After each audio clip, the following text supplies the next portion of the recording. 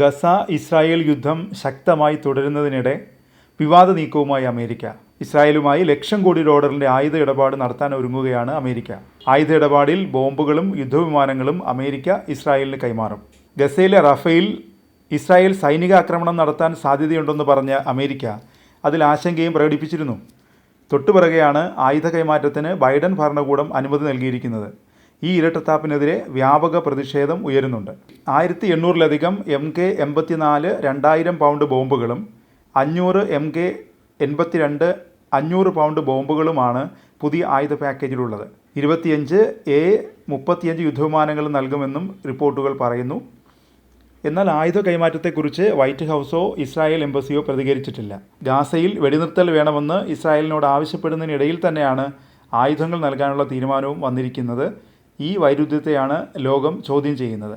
ഗാസയിൽ ഇസ്രായേൽ നടത്തുന്ന ആക്രമണത്തിനെതിരെ രാജ്യാന്തര തലത്തിൽ ശക്തമായ എതിർപ്പ് ഉയരുകയാണ്. അതിനിടയിലാണ് ആയുധ കൈമാറ്റം സംബന്ധിച്ച വാർത്ത പുറത്തു വന്നിരിക്കുന്നത്. ഗാസയിൽ വെടിനിർത്തൽ ആവശ്യപ്പെട്ടുകൊണ്ടുള്ള പ്രമേയം ഐക്യരാഷ്ട്രസഭ രക്ഷാസമിതി പാസാക്കിയിരുന്നു.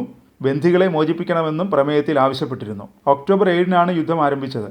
അതിനുശേഷം ഇതാദ്യമായാണ് UN രക്ഷാസമിതി വെടിനിർത്തലിന് ആഹ്വാനം ചെയ്യുന്നത്. എന്നാൽ പ്രമേയത്തെ വീറ്റോ ചെയ്യാതെ അമേരിക്ക വിട്ടുനിന്നു. 15-അംഗ സമിതിയിലെ 14 പേരുടെ പിന്തുണയോടെയാണ് പ്രമേയം പാസ്സായത്. അതിനിടെ ആശങ്ക ഉയർത്തുന്ന റിപ്പോർട്ടുകളാണ് ഗസയിൽ നിന്ന് പുറത്തു വരുന്നത്. പട്ടിണിയും പോഷകാഹാരക്കുറവും മൂലം കഴിഞ്ഞ ദിവസം ഗാസയിൽ കുട്ടികളുടെ മരണം റിപ്പോർട്ട് ചെയ്തു. ബോംബുകൾക്കും വെടിയുണ്ടകൾക്കുമിടയിൽ ഗസയിലെ ജനം നരകതുല്യമായ ജീവിതമാണ് നയിക്കുന്നത്. ഗസയിൽ പട്ടിണി മരണം തടയാനുള്ള അവസാന അവസരവും കൈവിട്ടു പോവുകയാണെന്ന് ഐക്യരാഷ്ട്രസഭയുടെ ഏജൻസികൾ മുന്നറിയിപ്പ് നൽകിയിട്ടുണ്ട്. ഗാസ സിറ്റിക്ക് സമീപം നിരായുധരായ പലസ്തീൻകാരെ ഇസ്രായേൽ സൈന്യം വെടിവെച്ച് വീഴ്ത്തുന്നതിൻ്റെ വീഡിയോ പുറത്തു വന്നു. പിന്നീട് ബുൾഡോസർ ഉപയോഗിച്ച് മൃതദേഹങ്ങൾ ഒരുമിച്ച് കുഴിച്ചു മൂടുകയായിരുന്നു.